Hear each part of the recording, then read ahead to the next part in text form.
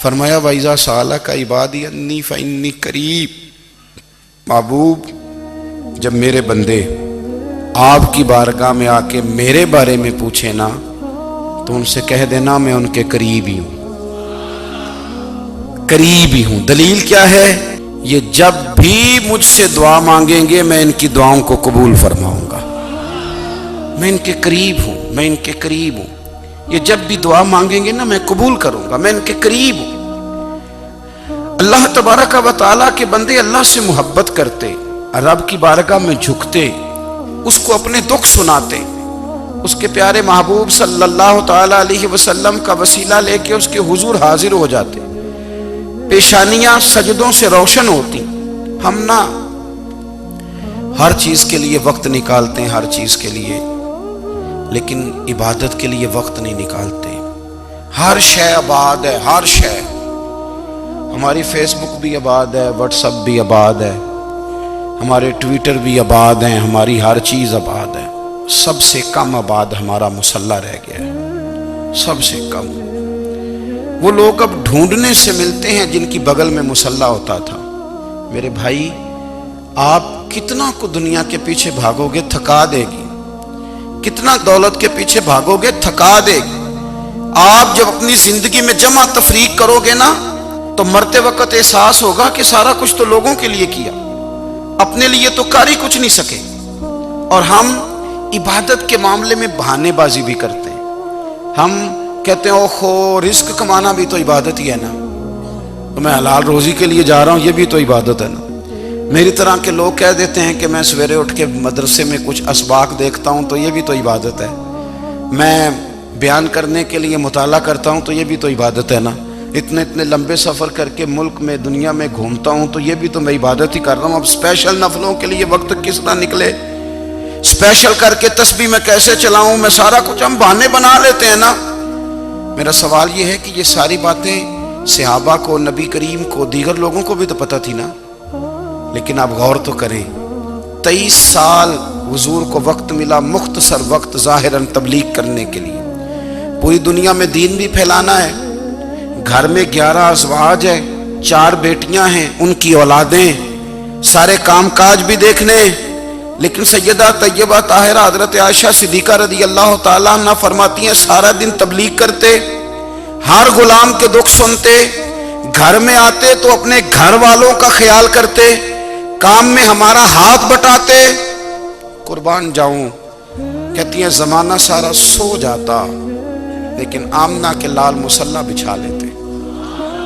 دنیا سو گئی، ساری سب سو گئے، جو خدام تھے، وہ جو غلام تھے وہ سو گئے۔ صحیح مسلم میں لفظ ملیں گے، سیدہ پاک فرماتی ہیں او میرے نبی کے غلاموں، میں نے یہ رنگ بھی دیکھا ہے کہ حضور نے اتنا کھڑے رہے، اتنا قیام کیا، اتنا قیام کیا کہ مقدس پیروں میں ورم آ گئے، سوج گئے پیر، اتنے بڑے۔ دل پہ ہاتھ رکھ کے نہیں بتا سکتا کہ میرے کبھی نماز میں پیر سوج گئے، کوئی نہیں بتا سکتا۔ بچوں کی روٹی کماتے تھک گئے بات الگ ہے، ہم سیر کرنے گئے تو تھک گئے بات الگ ہے، لیکن عبادت میں یہ بھی تو مسلم شریف ہے نا، یہ بھی تو دین ہے نا، یہ بھی تو حضور کی سنت ہے، یہ بھی تو وہ چیز ہے جو کریم کی آنکھوں کی ٹھنڈک ہے۔ سیدہ فرماتی ہیں پیروں میں ورم آ گئے، اور ساری رات ہی حضور نے نماز پڑھی اور ایک ہی آیت بار بار دہرائی۔ مسجد نبوی میں بلال حبشی نے فجر کی اذان دے دی اور حضور ابھی مصلی پہ تھے، کریم فارغ ہوئے، میں نے عرض کی یا رسول اللہ صلی اللہ علیہ وسلم، آپ کے تو صدقے اللہ اگلے پچھلوں کے گناہ معاف کرے گا، تو آپ اتنی آہوزاری کیوں فرماتے ہیں؟ آپ تو شفیع ہیں، آپ تو انبیاء کے امام ہیں۔ تو حضور نے فرمایا عائشہ تم نے گنوایا ہے نا میرے اللہ کی مجھ پر کتنی رحمت ہے، افلا اکون عبدا شکورا، فرمایا اگر اس نے اتنی نعمتیں دی ہیں تو کیا میں اس کا شکر گزار بندہ نہ بنوں، میں شکر گزار بندہ نہ بنوں اس کا؟ پھر اگر اتنی نعمتیں اس نے دی ہیں، مجھے اتنا نوازا ہے، تو پھر میں اس کے سامنے سجدے نہ کروں؟ او میرے بھائی، بڑے قابل فخر لوگ ہیں ہم کہ ہم نبی پاک کے غلام ہیں، ہم قابل فخر ہیں کہ نبی کریم کے غلام ہیں، کیا کبھی اس غلامی کے شکرانے میں بھی 2 نفل پڑھے کہ یا اللہ تیرا شکر ہے تو نے ہمیں حضور کا غلام بنایا ہے؟ یاد رکھیں کہ اپنی روحانی زندگی کو آباد کریں، استغفار پڑھیں، تسبیحات کریں۔ حضرت عبداللہ ابن عمر رضی اللہ تعالیٰ عنہ حضرت عمر کے صاحبزادے، مکہ مکرمہ میں ان کی قبر ہے۔ میں نے جب انہیں پڑھا تو مجھے ان سے بڑا پیار ہو گیا، لیکن آپ کو پتہ ہے وہاں جا کے کسی شخص کا مزار تلاش کرنا یا پوچھنا ایک مشکل کام ہوتا ہے۔ تو ایک دفعہ میں مکہ شریف میں حاضر تھا تو ایک گاڑی والا ڈرائیور مجھے کہنے لگا کہ مولانا میں آپ کو جانتا ہوں، مجھے آپ سے محبت ہے، ایک بات بتاؤں آپ کو؟ میں نے کہا بتاؤ۔ کہنے لگے حضرت عبداللہ ابن عمر کی قبر دیکھنی ہے۔ میں نے کہا یہ تو نہیں کہہ رہا، یہ کسی نے بندوبست کرایا ہے، یہ اللہ نے تیرے دل میں بات ڈالی ہے، یہ ہو گیا تو لے چل مجھے۔ حضرت عبداللہ ابن عمر کو نبی پاک نے فرمایا تھا راجل صالح، یہ نیک بندہ ہے، یہ متقی آدمی۔ حضرت عبداللہ ابن عمر رضی اللہ تعالیٰ عنہ سیدنا فاروق اعظم رضی اللہ تعالیٰ عنہ کے صاحبزادے ہیں، اور ان کی ہمشیرہ سیدہ حفصہ رضی اللہ تعالیٰ عنہ حضور کی زوجہ محترمہ ہے۔ ایک دن اپنی ہمشیرہ سے کہنے لگے کہ نبی کریم صلی اللہ تعالیٰ علیہ وسلم گھر میں آئے نا، اور اگر حضور غم امت میں پریشان نہ ہوں، طبیعت کو حشاش بشاش دیکھو تو ذرا پوچھنا تو صحیح حضور کا میرے بارے میں کیا خیال ہے، پوچھنا تو صحیح کہ کریم کی بارگاہ میں میرا کیا مقام ہے، میرے بارے میں حضور کیا فرماتے ہیں۔ اب بہن کو کام بتائے اور بتائے بھی بھائی، اور کوئی بہن وہ کام نہ کرے، یہ تاریخ میں ہوتا نہیں۔ حضرت عمر فاروق رضی اللہ تعالیٰ عنہ کی صاحبزادی ام المومنین رضی اللہ تعالیٰ عنہ فرماتی ہیں کہ میں تو بس منتظر تھی، انہوں نے تو کہا تھا نا کہ اگر تم حشاش بشاش دیکھو تو بات کرنا، لیکن حضور تشریف لائے، میری باری تھی، میرے گھر تشریف لائے، کھانا پیش کیا تو فوراً میں نے عرض کی حضور ایک بات پوچھنی تھی۔ تو حضور نے فرمایا پوچھئے۔ میں نے عرض کی حضور میرے بھائی عبداللہ ابن عمر کے بارے میں آپ کا کیا خیال ہے؟ نوجوانوں میری بات پہ غور کرنا، میرے بھائی کے بارے میں آپ کا کیا خیال ہے؟ تو نبی کریم صلی اللہ تعالیٰ علیہ وآلہ وسلم نے میری طرف دیکھا اور پھر حضور زیر لب تھوڑا مسکرائے، اور بریلی کے امام کہتے ہیں کہ حضور مسکرا دیتے تھے نا تو جو بڑا دکھی ہوتا تھا وہ بھی ہنس پڑتا تھا۔ اب سوال پیدا ہوتا تھا کہ پھر تو اس مسکراہٹ کے لیے انتظار کرنا پڑتا ہوگا کئی مہینے کہ حضور مسکرائیں تو رونے والے ہنسیں، تو اعلیٰ حضرت فرماتے نہیں، انتظار نہیں کرنا پڑتا، یہ مسکراتے رہنا تو حضور کی عادت ہے۔ جس کی تسکین سے روتے ہوئے ہنس پڑے اس تبسم کی عادت پہ لاکھوں سلام۔ یعنی یہ تو عادت ہے حضور کی مسکراتے رہنا، اس کے لیے انتظار نہیں کرنا پڑتا۔ بھائیو آپ خیال رکھیں گے، غور کریں گے، حضرت عبداللہ ابن عمر رضی اللہ تعالیٰ عنہ کے بارے میں پوچھا تو سیدہ فرماتی ہیں کہ نبی کریم صلی اللہ تعالیٰ علیہ وسلم نے زیر لب مسکرائے اور فرمایا حفصہ تیرا بھائی ہے تو اچھا، لیکن میں نے سنا ہے کہ عشاء کی نماز پڑھتا ہے تو فجر تک سویا ہی رہتا ہے۔ او نوجوانوں، 10 بجے تک سونے کی بات نہیں ہوئی، 9 بجے تک سونے کی بات نہیں ہوئی، 11 بجے اٹھنے کی بات نہیں۔ حضور فرمانے لگے میں نے سنا ہے کہ عشاء کی نماز پڑھ کے سو جاتا ہے اور فجر تک سویا ہی رہتا ہے، اسے چاہیے کہ تہجد کے وقت اٹھا کرے، اللہ کی بارگاہ میں حاضر ہوا کرے، آہوزاری کرے، سجدے کرے، عبادت کرے، اٹھتا ہے اور فجر میں جا کے اٹھتا ہے۔ حضرت جناب حفصہ رضی اللہ تعالیٰ عنہ کہتی ہے میں نے جناب عبداللہ ابن عمر کو پیغام دیا اور میں نے کہا میرے جوان بھائی سن۔ نبی پاک نے فرمایا ہے تو اچھا پر تہجد میں نہیں اٹھتا، نفل نہیں پڑھتا۔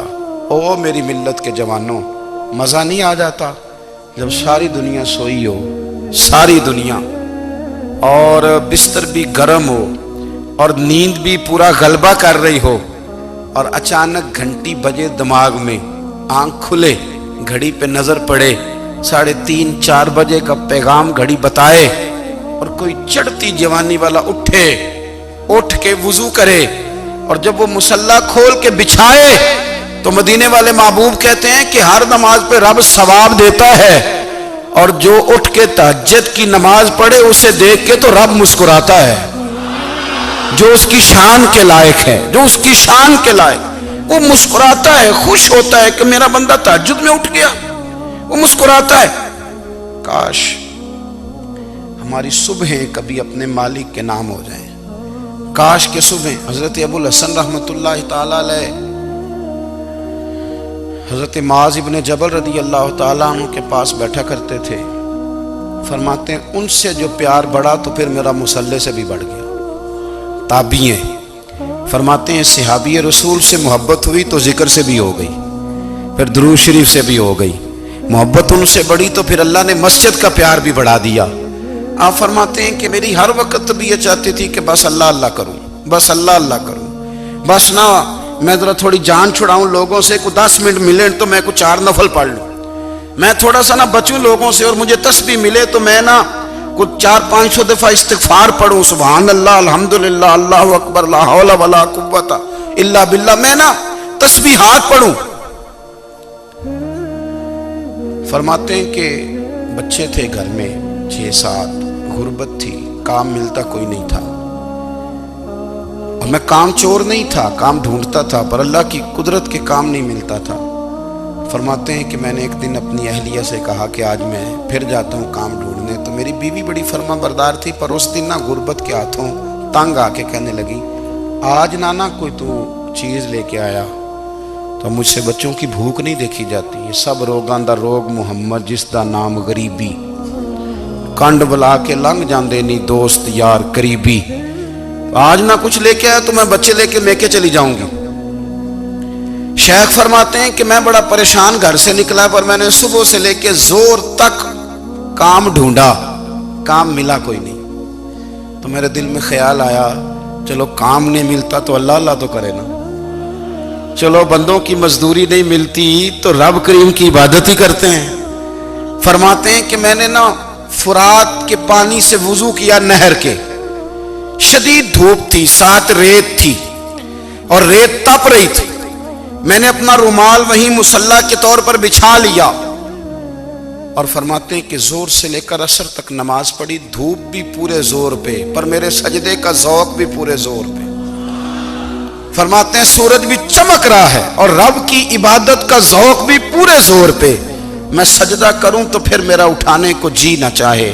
میرے استاد لکھا کرتے تھے، یہ ان کا شعر ہے، وہ کہا کرتے تھے مجھے سوز دے، مجھے ساز دے، اور مجھے نیم شب کا نیاز دے، دم سجدہ خود کو میں توڑ دوں، مجھے ایسا ذوق نماز دے، اور میں تیری بہار کا پھول ہوں، میں کھلا بھی ہوں تو تیرے لیے، مجھے میری شاخ سے توڑ لے، مجھے اپنی زلف کا ناز دے۔ بھائی فرماتے ہیں کہ عصر تک میں نے نفل پڑھے، دل ڈھلنے لگا، عصر کی نماز پڑھی اور میں وہاں سے چلا۔ اب میں جب نکلنے لگا تو دل میں خیال آیا کہ چھوٹی چھوٹی دیواریں ہیں گھر کی، بغیر کچھ لیے جاؤں گا تو بیوی دور سے دیکھے گی تو شور کرے گی کہ پھر خالی ہاتھ آ گیا ہے۔ کہتے میں نے اپنے اسی رومال میں جس پہ میں نے نماز پڑھی تھی نا، رومال میں کی آخی دے پنجابی جسافہ کہتے ہیں، اسی میں نا میں نے کچھ ریت بھر لی کہ وہ دور سے دیکھے گی تو سمجھے گی کچھ لے کے آیا ہے، چلو جا کے اسے بتا دوں گا کہ آج پھر مزدوری نہیں ملی۔ کہتے ہیں وہ ریت لے کر جب میں گھر میں گیا تو پہلے بیوی دروازے پہ کھڑی ہوتی تھی، پوچھتی تھی خالی ہاتھ آ گئے ہو؟ آج میں نے دیکھا تو ہے ہی کوئی نہیں۔ فرماتے ہیں میں اندر داخل ہوا، سلام لیے، کونے میں میں نے وہ رومال رکھ دیا اور میں نے آواز دی کہ بھلی مانس کہاں ہو؟ تو وہ کہنے لگی آپ منہ ہاتھ دھو لیں، میں روٹی لے کے آئی۔ میں نے کہا روٹی کہاں سے آ گئی؟ یہاں تو کئی دنوں کے فاقے، تو کئی دنوں کی غربت ہے، یہاں تو اس گھر میں تو فقیری ہے۔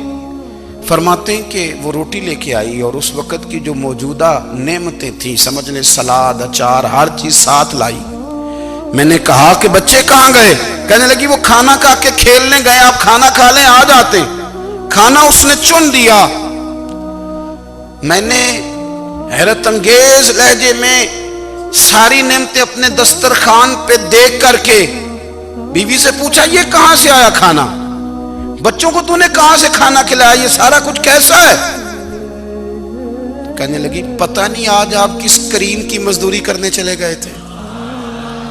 پتہ نہیں کس کریم کی میرے گھر میں تو اتنی نعمتیں آئی ہیں کہ مجھ سے سنبھالی نہیں جا رہی، اتنا اناج ہے، اتنا گندم ہے، کس کریم کے دروازے آج چلے گئے تھے؟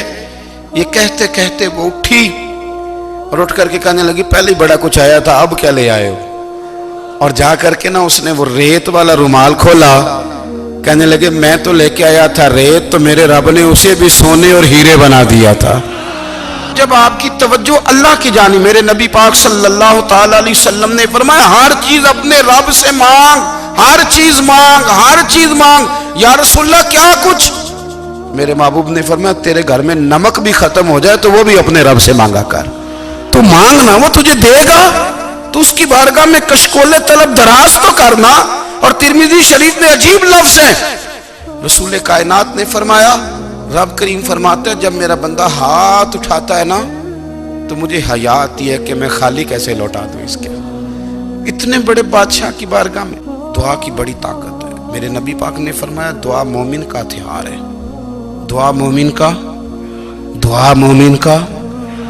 حضور نے فرمایا تقدیر کو سوائے دعا کے کوئی چیز نہیں بدل سکتی۔ دعا مومن کا ہتھیار ہے، یہ کافر کے پاس کوئی نہیں، یہ ہتھیار ہے مومن کا۔ اللہ کرے آپ کو سمجھ آئے، پھر سنیں، کئی بار کہہ چکا ہوں یہ ہتھیار ہے۔ کافر کے مقابلے میں جو تیرے پاس سب سے بڑا ہتھیار ہے وہ دعا ہے۔ دعائیں کرانی چھوڑ دی، کرنی چھوڑ دی، لینی چھوڑ دی۔ حضرت سیدنا انس بن مالک رضی اللہ تعالیٰ عنہ فرمایا کرتے تھے میں نے وہ رنگ دیکھا ہے جب حضور دعا مانگتے تھے اور حضور کی مقدس آنکھوں میں آنسو بھی ساتھ ہی بہا کرتے تھے، میں نے وہ انداز دیکھا ہے۔ بھائی اپنا مصلی کا، عبادت کا، وظائف کا، اللہ اللہ کا سلسلہ اس کو مضبوط کریں، اپنی دعاؤں کے تعلق کو مضبوط کریں۔ دعائیں بڑے انقلاب برپا کر دیتی ہیں۔ ہم تھوڑے تھوڑے نا جب سے خشک ہوئے ہیں نا، خشک، اور میری تو جماعت ہی صوفیاء کی جماعت تھی، ہم تو داتا علی اجمیری کی جماعت سے، ہم تو خواجہ اجمیری کی جماعت سے، ہم تو شیخ احمد فاروق سرہندی کی جماعت سے، ہم تو صوفیاء کی جماعت۔ ہماری جماعت نے بھی وہ تعلق جو ہمارے بزرگوں نے بنایا تھا۔ بزرگ اللہ کے قریب کیسے جاتا ہے؟ تو ہمارے یہاں نا بہت سارے لوگ کہتے ہیں جی نظر ہو گئی تو کام ہو گیا۔ بھائی جو بخاری مسلم میں طریقہ ہے نا اللہ کا قرب پانے کا وہ تو نفل ہے۔ نبی کریم علیہ السلام نے فرمایا بندہ نفلوں کے ذریعے رب کے قریب جاتا ہے، اور اتنا قریب جاتا ہے کہ پھر اللہ اس کی زبان بن جاتا ہے، اللہ اس کی آنکھیں بن جاتا ہے، کان بن جاتا ہے، ہاتھ اور پیر بن جاتا ہے۔ تو یہ تو عبادت ہے، یہ تو اللہ کی بارگاہ کی حاضری ہے جو آپ کو اللہ کے قریب کرے گی۔ تو اپنے نماز کو اہمیت دے کے ادا کریں، نمازیں موبائل بند کر کے ادا کریں۔ لیکن نا کچھ لوگ کہتے ہیں مجھے ٹائم نہیں ملتا نماز کا، تو میں کہتا ہوں یہ آپ نے بڑی جرت کی بات کی ہے۔ مجھے کو میرا پیر بھائی کہہ دینا میرے پاس ٹائم نہیں آپ کو ملنے کا، تو میں کہتا ہوں آج کے بعد آنا ہی نہ۔ تو کیا سمجھتا ہے، تو بہت بڑا آدمی ہے، تیرے پاس ٹائم نہیں اور ہمیں ملنے کا ٹائم، موج کر۔ تو آپ نے اللہ رسول کو کہہ دیا ٹائم نہیں۔ اور عجیب فلسفہ ہے نا، کہا جائے نماز پڑھنے آؤ تو کہتے ہیں کپڑے ٹھیک نہیں، اور کہا جائے کہ آؤ ذرا دعوت پہ چلیں تو کہتے ہیں ایک منٹ ٹھہر میں کپڑے بدل کے آیا۔ نماز کے لیے کہا تو کہتے ہیں ٹھیک نہیں، دعوت کے لیے کہا تو کہتے ہیں میں ذرا تیاری کر لوں، یوں جانا مناسب نہیں۔ یہ معاملہ ٹھیک نہیں۔ رب تو فرماتا ہے کہ جب تو مسجد میں آ تو زینت اختیار کر کے آ، خوب ذوق سے دعا مانگے، خوب شوق سے نماز پڑھیں، خوب استغفار کا مزاج بنائیں۔ آپ لوگوں کے بیچ رہ کے سکھ حاصل کرنا چاہتے ہیں، لیکن آپ کو پتہ ہے کئی مہینے غار حرا میں رہنا بھی مدینے والے محبوب کا طریقہ ہے۔ ہر سال اعتکاف بیٹھنا الگ سے، یہ بھی حضور کا طریقہ ہے۔ مسجد نبوی کے اندر دروازہ کھلتا تھا نبی کریم کا، پر گھر کے اندر نفل پڑھے نبی پاک، اور حضور فرماتے ہیں کچھ نفل نماز گھر میں بھی پڑھا کرو، گھر کو قبرستان نہ بناؤ۔ ہمارا گھر اللہ کے ذکر سے آباد ہوگا۔ اگر ہم نماز پڑھیں گے نا، میں جب سنت پڑھنے کے لیے گھر میں کھڑا ہوتا ہوں تو میرا جو 2.5-3 سال کا بیٹا ہے نا، وہ بھی میرے ساتھ نماز پڑھنی شروع کر دے۔ اسے پتہ کوئی نہیں نماز کیا ہوتی ہے، لیکن وہ بھی نا سجدہ نہ بھی کرنا ہے تو ساتھ لیٹ ضرور جاتا ہے۔ پتہ چلا بچے لیکچر دینے سے نماز نہیں پڑھتے، نماز شروع کر دیں تو بچے بھی شروع کر دیتے ہیں۔ ہم جب پریشان ہوتے ہیں تو لیکچر دیتے ہیں، تو لیکچر تو باہر شاید چل جائے، گھر میں کیسے چلے گا؟ گھر میں تو عمل چلے گا۔